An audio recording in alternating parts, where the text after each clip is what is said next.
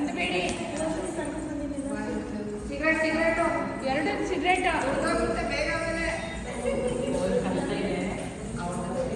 ಕಣ್ ಚೆನ್ನಾಗಿ ಕಾಣಿಸ್ಬೇಕು. ಎಷ್ಟು ಹಾಕೋಬೋದ ಒಂದೊಂದಿನ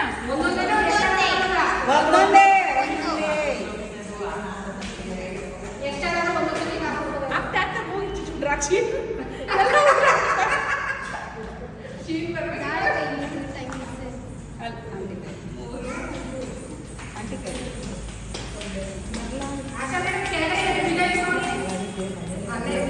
ಉಷಾ ಮೇಡಮ್ ಚೆನ್ನಾಗಿದೆ. ಹೋಗಿತ್ತು ಕರೆಕ್ಟಾಗಿ ಕಾಣಿಸಲ್ಲ